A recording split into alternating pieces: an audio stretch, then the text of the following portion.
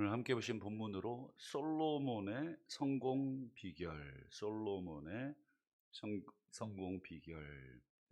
아마 뭐 다윗도 유명하지만 아마 세계사적으로는 솔로몬이 더 유명할 겁니다. 모르는 사람들도 솔로몬의 뭐 지혜, 부귀, 영화, 이것에 대해서 다 잘 알고 있기 때문에, 그래서 오늘 솔로몬에 대한 부분을 좀 볼 텐데, 오늘 이제 역대상을 이제 다 이제 마무리를 하게 됩니다. 역대상의 마무리는 이제 다윗이 죽고, 그리고 솔로몬이 공식적으로 이제 왕이 되는 그런 모습으로 이어지죠. 그래서 오늘 본문을 통해서 솔로몬이 왕으로서 성공할 수 있었던 비결이 뭐냐. 물론 이제 안타깝지만 이제 솔로몬의 초기 모습과 중기 그리고 말기의 모습이 점점 변해가는 것은, 안 좋게 변해가는 것은 사실이었죠.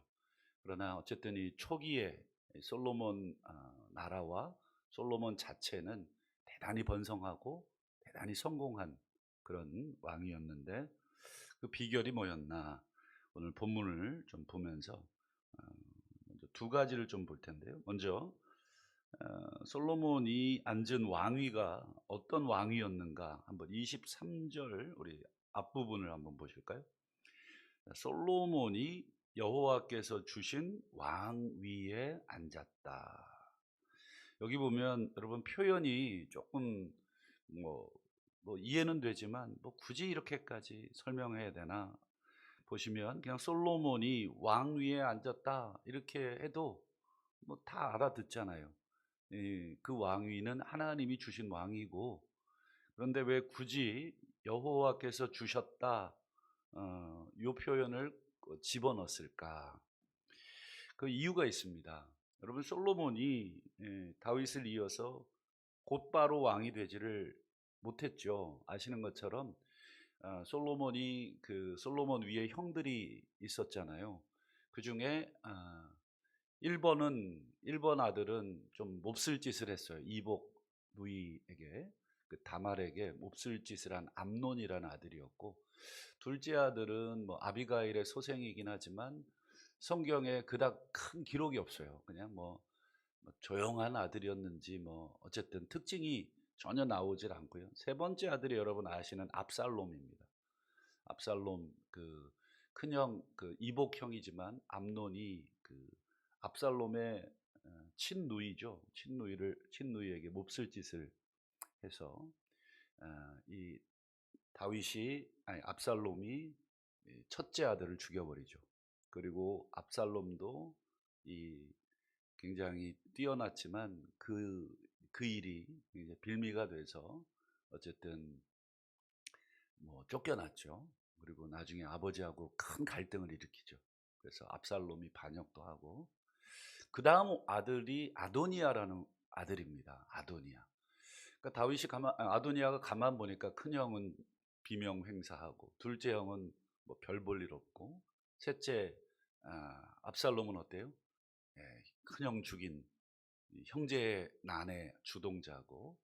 그러니까 가만 보니까 어떻습니까? 아버지 다윗은 늙고, 자기가, 그래서 아도니아에 대한 평가가 성경에 어떻게 되어 있냐면 아주 용모가 준수하고, 그 다음에 일평생에 아버지 다윗이 아도니아에게 네가 어찌하여 그리하였느냐라는 말을 한 번도 듣지 않았다.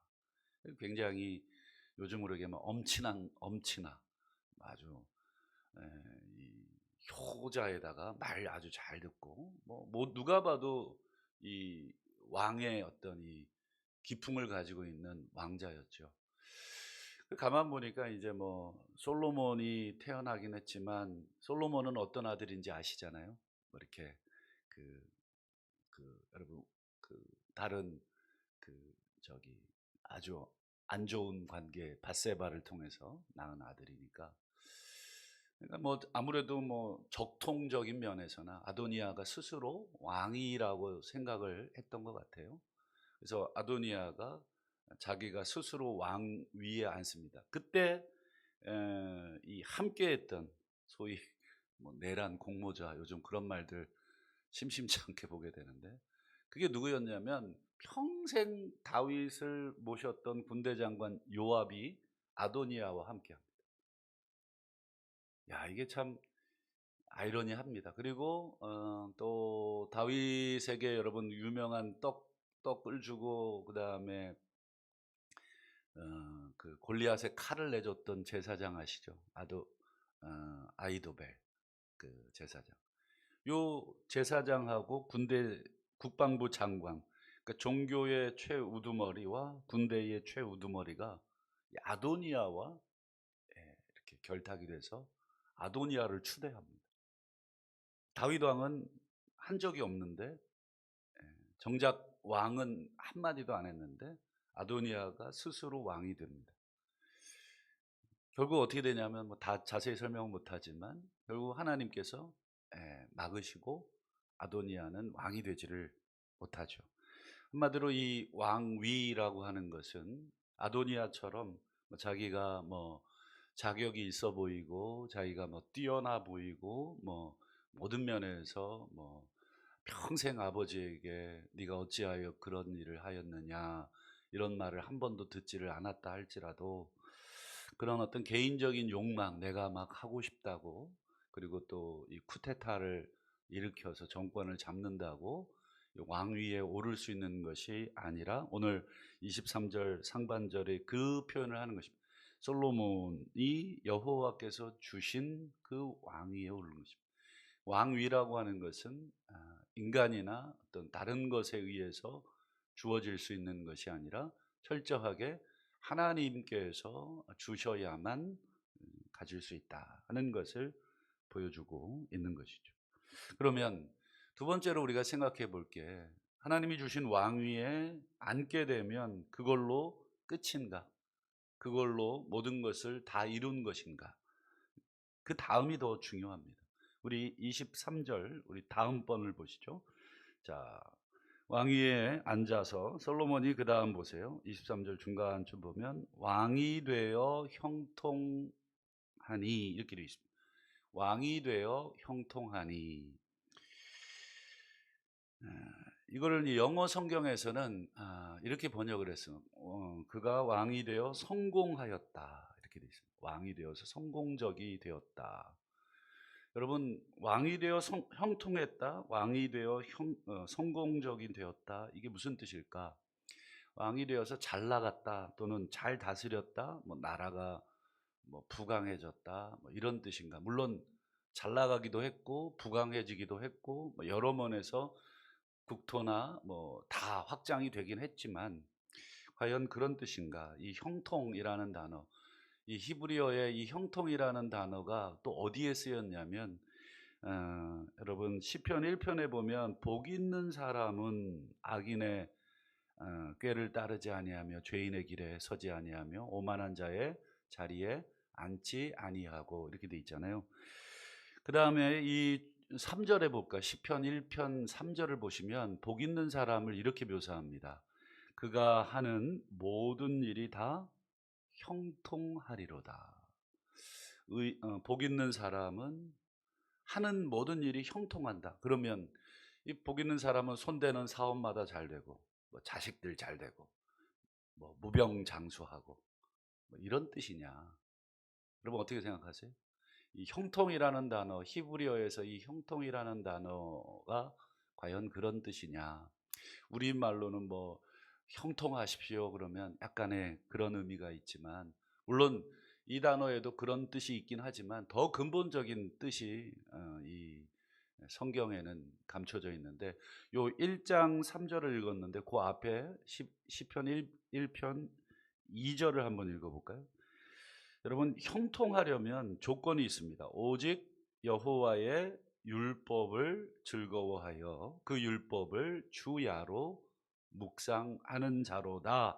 그 다음 3절이 그는 시냇가에 심은 나무가 뭐 시절을 쫓아 뭐 이렇게 하면서 그가 하는 모든 일이 다 형통입니다. 그러니까 앞에 이 조건이 먼저 나오고 형통이 그 다음 나오는 것입니다. 그러니까 우리 마음대로 이 단어를 그래 막 형통 그래. 성경에도 이렇게 형통하지. 이렇게 내 마음대로 생각해서는 안 되고 이 1절과 이 1절과 3절을 서로 연결해서 읽어야 됩니다. 어떻게 해야 형통합니까? 여호와의 율법을 즐거워하고 주야로 묵상할 때 형통입니다. 이 말은 뭐 무병장수했다도 포함하지만 그렇지 않을 수도 있어요. 하나님 앞에 우리가 열심히 주야로 율법을 묵상하지만 아플 수 있어요. 자식들이 때로는 안 될 수도 있고. 그렇지만 하나님의 시각에서는 그게 형통인 것입니다.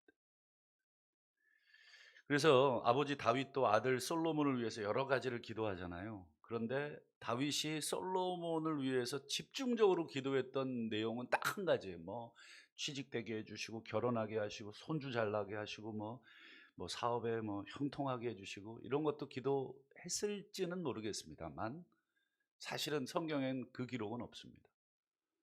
그럼 다윗이 그러면 아들을 위해서 기도한 주된 내용이 뭐였습니까? 우리 그 부분을 한번 보실까요?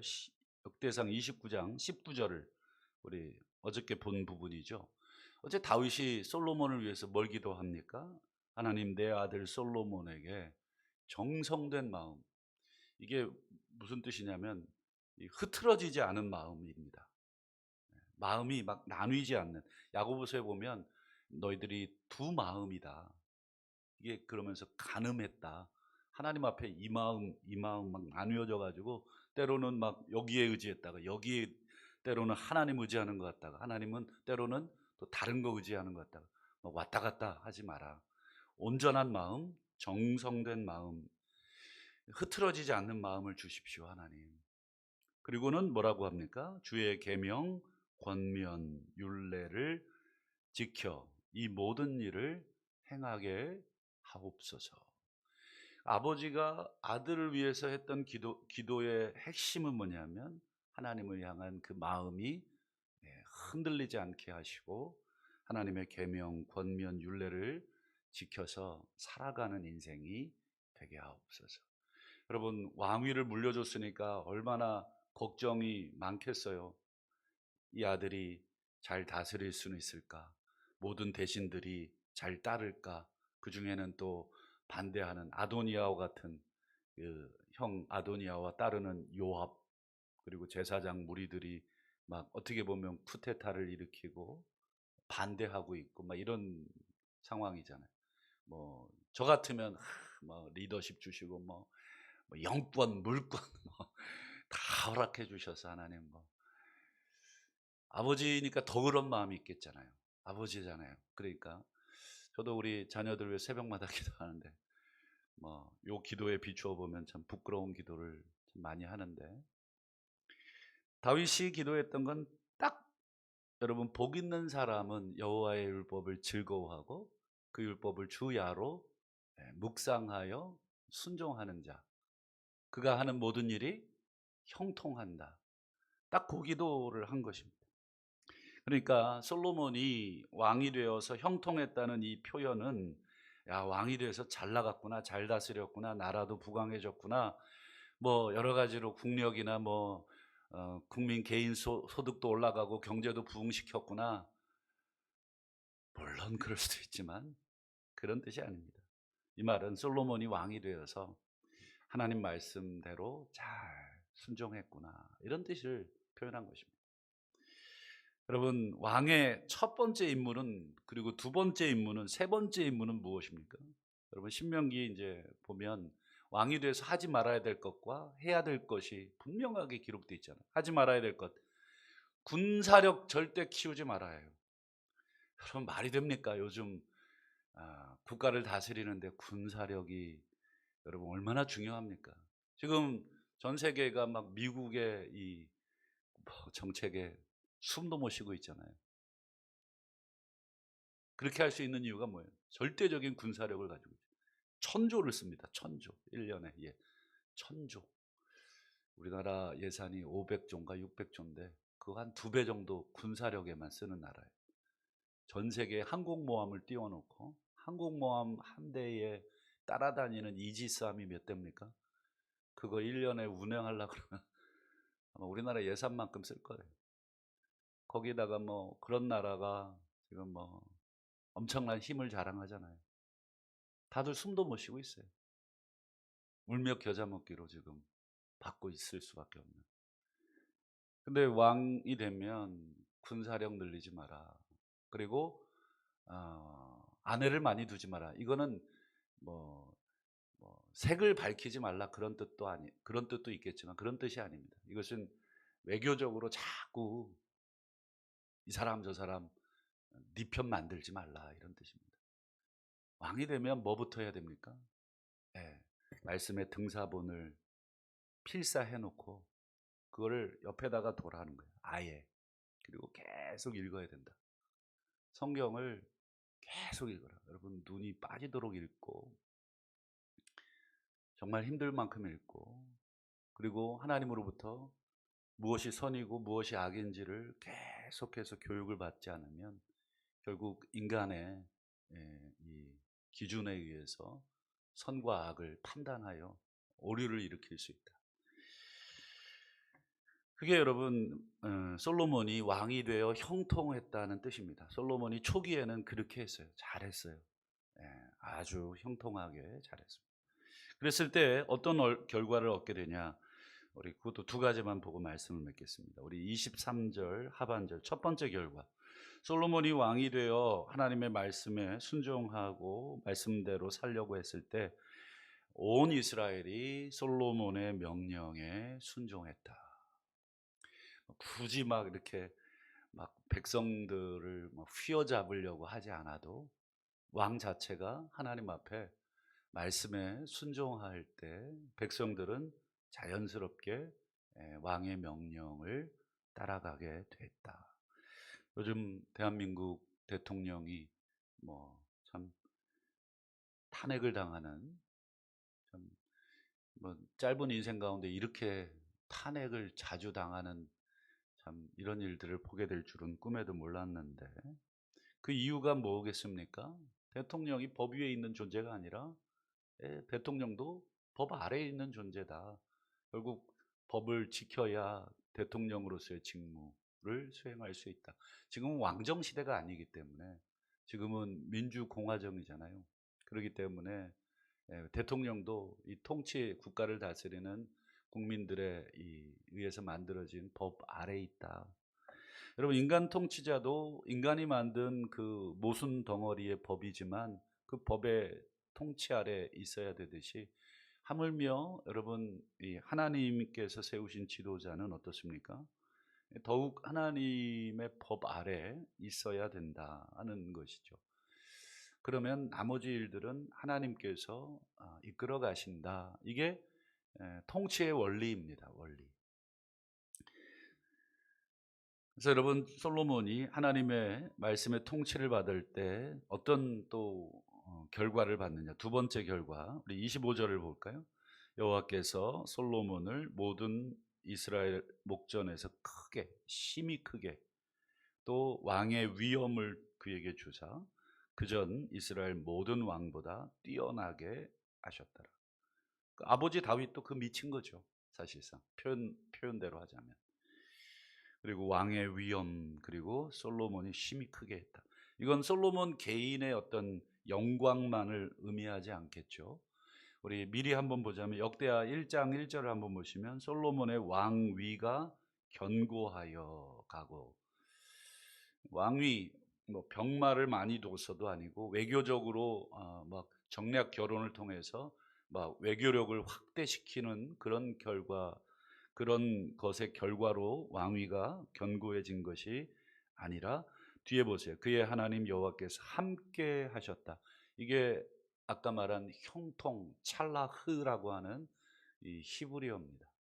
이 복 있는 사람은 악인들, 죄인들, 오만한 자의 꾀에 길에 자리에 앉지 않고 오직 여호와의 율법의 자리에 앉아서 그 율법의 가르침을 받고 하나님께 순종하고 하나님께 국사를 맡기고 그 법대로 잘 따라갈 때 하나님이 함께 하시는 임마누엘을 해주시는 그랬을 때의 결과는 심히 창대하게 됐다. 이제 뭐 계속해서 이제 역대하를 통해서 솔로몬이 어떻게 무너지는지를 이제 보겠습니다만, 지금까지는 솔로몬이 괜찮다, 이 정도는 음, 하나님께서 좋게 보셨다 말씀을 맺겠습니다. 우리 오늘 솔로몬의 모습을 통해서 우리 성도의 형통은 어디서 오느냐, 우리 성도가 복되다고 하는 것은 어디서 오는가를 우리가 한번 질문해 보게 되죠. 우리 교회 공동체의, 또 우리 가정의 형통함은 어디서 오는가? 그 형통함의 기준은 무엇인가? 우리가 말하는 소위 그 형통함은 잘 나가고 세상적으로 이렇게 되는 것인가? 뭐 그것은 하나님이 주실 수도 있고 주시지 않을 수도 있겠죠. 그거는 하나님의 영역이고, 우리가 할 수 있는 영역은 하나님의 말씀을 즐거워하는 것, 그리고 그 말씀을 주야로 묵상하고 그 말씀 따라서 살아가려고 나 자신을 쳐서 복종시키는 데서 성도들의 형통은 있다. 그게 세상 사람들 관점에서 느리게 보이겠죠. 답답해 보이고, 쟤 뭐하냐, 참 답답하다, 저렇게 살다가 딱 손가락 빨기 좋다, 그렇게 보일 수도 있겠지만, 우리가 하나님을 믿는 사람이고 부와 귀가 여호와께 있다는 것을 우리가 믿는 사람이고, 장수와 영광도 여호와에게 있다는 것을 우리가 말씀을 통해서, 그러니 우리는 하나님의 손에 있는 부와 귀, 장수와 영광을 탐낼 게 아니라 우리는 하나님을 탐내는 존재, 하나님이 우리와 함께 하시는 것을 사모할 때 하나님이 이거 다 주시는 거죠. 그게 솔로몬이 드린 1,000마리의 번제의 그 이후에 나오는 하나님의 답이었어요. 네가 다른 것 구하지 않아서 내가 이것도 줄게라고 하는, 그게 참된 하나님의 형통임을 우리가 믿고, 오늘 하루도, 그리고